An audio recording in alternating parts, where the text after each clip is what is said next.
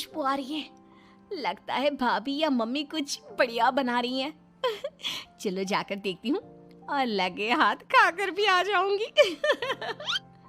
मायरा घर से बाहर निकलने ही वाली होती है कि पीछे से उसकी सास आ जाती है। ओ मैडम, कहाँ निकली आपकी सवारी हैं? माँ जी, दरअसल वो ना आज मायके में भाभी को थोड़ा सा पेट दर्द हो गया है। बस वही तो एक अच्छी ननद होने का फर्ज निभाते हुए उनका हाल चाल पूछने जा रही हूँ मैं। कोई जरूरत नहीं है। रोज तेरे मायके में किसी न किसी की तबीयत खराब हो ही जाती है और रोज तू फुदक के चली जाती है। हमारी ही अकल पर पत्थर पड़े थे जो पड़ोस की लड़की को ही बहू बना लिया। अब आपका मायका 100 किलोमीटर दूर है, उसमें मेरा क्या कसूर? आपका खाना बना दिया है, आटा भी गूंद दिया है, गर्मा गर्म फुल्की बनाकर खा लेना ना आप। ये है मयूरा, जिसका मायका और ससुराल दोनों भी आस पड़ोस में 2 मिनट की दूरी पर है, जिसका पूरा पूरा फायदा उठाते हुए मयूरा हर दिन मायके के चक्कर लगाती रहती है। हेलो मम्मी, हाय भाभी, क्या बात है? आज तो बड़े ही शाही और लजीज पकवान बने जा रहे हैं। कोई दावत शावत है क्या आज हमारे घर पर?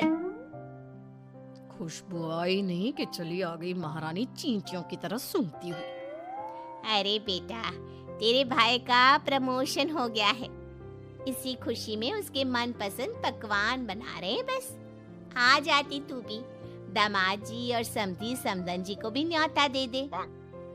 पर मम्मी जी, हमें थोड़ी ना पता था कि ये सब आएंगे। मैंने तो वैसे भी खाना कम ही बनाया है। क्या भाभी, अब आपको ये तो पता है कि मेरा ससुराल पड़ोस में ही है, और आपको तो मैंने कह कर रखा है ना कि मेरे 2 एक्स्ट्रा फुलके सेक कर रख दिया करो। मुझे मम्मी के हाथ की बनी सब्जियां कितनी पसंद है। आई बड़ी महारानी। ऐसे ही मयूरा आधा दिन अपने ससुराल में और आधा दिन अपने मायके में गुजारती रहती। एक दिन सुबह नाश्ते के दौरान मयूरा के ससुर धनराज और पति श्लोक, अरे मयूरा, ये क्या? ये पराठा तो आधा कच्चा है और मेरा पराठा तो कुछ ज्यादा ही एक्स्ट्रा पक गया है, जो जल गया है। कोयले से भी काला हो गया। ये तो होगा भी क्यों नहीं। ये करम जली सुबह सारा काम ऐसे ही फटाफट गड़बड़ी में जैसे तैसे निपटाकर अपने मायके भाग जाती है। इससे क्या फर्क पड़ता है? सास को अगर चक्कर आ गए दिन दहाड़े, तब कौन आएगा बचाने? ओ कम ऑन माँ जी, चक्कर, और वो भी आपको? दिन भर आप हर आधे घंटे में कुछ न कुछ खाती रहती हो और फिर भी मुझे ताने कस रही हो। Very bad. तो तू कौन सी गुड है, हैं? आई बड़ी। वहाँ मायके के घर में वंदना अपने पति यानी मयूरा के भाई गोपाल से कहती है, गोपाल, तुम ना तुम्हारी प्यारी बहन को समझा कर रखो।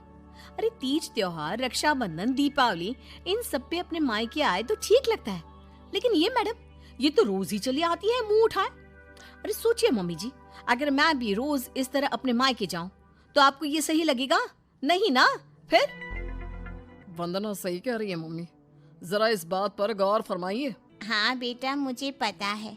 उस दिन तो गली की औरतें भी सब्जी वाले के यहाँ गप्पे लड़ाते हुए बातें बना रही थी कि मयूरा तो दिन भर सिर्फ अपने मायके में ही रहती है। आज उसे आने दो, मीठे बोल से ही समझाऊंगी, समझ जाएगी वो। फिर जब मयूरा मायके आती है तो, मम्मी, आपको तो कोई दिक्कत नहीं है ना मेरे इस तरह आपसे मिलने यहाँ आने से? ये देख सरोज का मन ममता के मुंह में आ जाता है। ना बेटी ना, तू ऐसा क्यों सोच रही है और तेरी आंखें नम क्यों है? तू क्यों रो रही है बेटा? समदन जी ने कुछ कहा है क्या? उफ़ो, ये मम्मी जी भी ना, उन्होंने एक आंसू गिराया नहीं कि पिघल गई। नहीं मम्मी, किसी ने कुछ नहीं कहा, बस आज आपकी बहुत याद आ गई। रोज आपसे मिलती ही हूँ, लेकिन आज पता नहीं क्या हुआ। और इसी के साथ सरोज अपनी बेटी को कुछ नहीं बोल पाती और अब मयूरा का मायके में आना जाना इतना बढ़ जाता है कि वो मायके के फैसलों में भी दखल अंदाजी देने लगती है। तभी वहाँ पर बरखा आती है। अगर इतना ही परेशान हो तो उसे घर के अंदर आने ही क्यों देते हो? वो एक पाँव अपने मायके की नाव में रखती है और एक पाँव अपने ससुराल की नाव में। अगर एक नाव हटा दे तो ना चाहते हुए भी उसे दोनों पैर एक ही नाव में रखने होंगे ना। हाँ काकी, एकदम बराबर बात कर रही हैं आप। लेकिन समधन जी, आप अपनी बेटी के मुंह पे दरवाजा लगा पाती क्या? देखिए, मुझे वो सब नहीं पता। अब उसका पूरा संसार उसके ससुराल में बस चुका है। उसे वहां ध्यान देना चाहिए, ना कि इधर मायके में। और इसलिए आप ही हो, उसे यहाँ आने पर आप ही को रोक टोक लगानी होगी। बस यही कहने आई थी। नमस्ते। अगले दिन ससुराल में बरखा की तबीयत खराब हो जाती है और मयूरा उसे बिस्तर पर ऐसे ही छोड़कर मायके भागती है।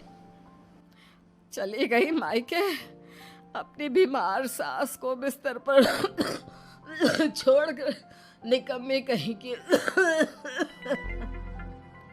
रात में जब धनराज और श्लोक दफ्तर से घर लौटते हैं, तब वो देखते हैं कि मयूरा घर पर नहीं है और बरखा अपने कमरे में बुखार से तप रही है। और तो और घर में कुछ खाना तक नहीं बनाया है। आज तो हद ही कर दी मयूरा बहू ने। अरे काम काज का नहीं, लेकिन कम से कम अपनी सास की तबीयत का तो लिहाज रख लिया होता।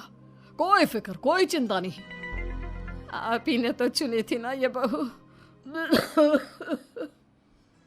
कुछ देर बाद मयूरा अपने ससुराल वापस आती है। मयूरा, घड़ी देखी तुमने?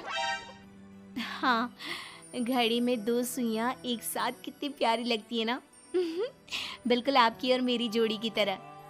मैं मजाक के मूड में बिल्कुल नहीं हूं मयूरा। तुम्हारा ये मायके से ससुराल, ससुराल से मायके घूमने का तमाशा बहुत हो गया। ये सब कब खत्म होगा? तुम्हें अंदाजा भी है, माँ अंदर 103 बुखार से तप रही है और तुम सुबह से अपने मायके में हो। बहू, अच्छा होगा कि तुम मायके जाना कम कर दो, वरना कहीं ऐसा ना हो कि एक दिन दोनों तरफ की रिश्तों की डोर टूट जाए और तुम बीच में ही लटकी रह जाओ। जी पापा जी, आप टेंशन मत लो। मैं मायके जाना तो नहीं छोड़ सकती, लेकिन मैं अपना बहु धर्म अब अच्छे से निभाऊंगी। मैं रोज माँ जी का एकदम हल्की नाजुक पत्ते की तरह ख्याल रखूंगी और आप लोगों को शिकायत का मौका भी नहीं दूंगी। पर मयूरा तो आखिर मयूरा है, इतनी जल्दी कैसे उसे किसी की बात समझ में आ जाती? ये तो उसकी डिक्शनरी में था ही नहीं।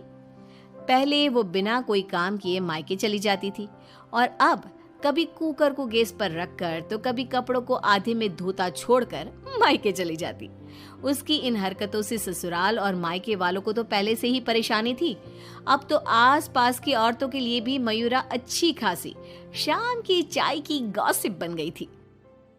अरे वो सरोज बहन की बिटिया मयूरा कभी इस डाली तो कभी उस डाली फुदकती रहती है। मुझे तो दिन भर अपनी खिड़की से उसका ये सर्कस देखने में बहुत मजा आता है। अरे मैंने तो सुना है उसकी भाभी वंदना अपनी ननद को एक आंख पसंद नहीं करती। दरअसल मेरी बहू काजल और वंदना ना सहेलियां हैं, इसीलिए पता चला। पर मानना पड़ेगा सरोज को, बहुत अच्छे गुण दिए हैं उसने अपनी बेटी को। तभी वहां से गुजर रही सरोज सभी औरतों की बातों को कान लगाकर सुन लेती है और रुककर उन्हें चिल्लाते हुए कहती है, क्यों रे कलम हुईओ, तुम लोगों को क्या अपनी घर गृहस्थी नहीं है जो रोज शाम को हमारी गृहस्थी की चर्चा लेकर बैठ जाती हो? हैं? बेवकूफ औरतें, पहले खुद के घर में ठीक से देख लो, फिर दूसरे के घरों में झांको। क्यों सल्ला बहन, आपका बेटा तो रोज रात को नशे में धुत लुढ़कता हुआ घर वापस आता है ना? हमने कभी कुछ बोला? और जानकी बहन, आपकी बेटी का इस महीने का 5वां बॉयफ्रेंड उसे रोज गली के कोने पर छोड़ने आता है, लेकिन हमने तो कोई बात नहीं बनाई। इतना बोलकर सरोज वहां से चली जाती है, लेकिन अब पानी सर के ऊपर जा चुका था और थक हार कर परेशान होकर दोनों परिवार वाले आपस में एक साथ मिलकर मयूरा के बारे में बात करते हैं।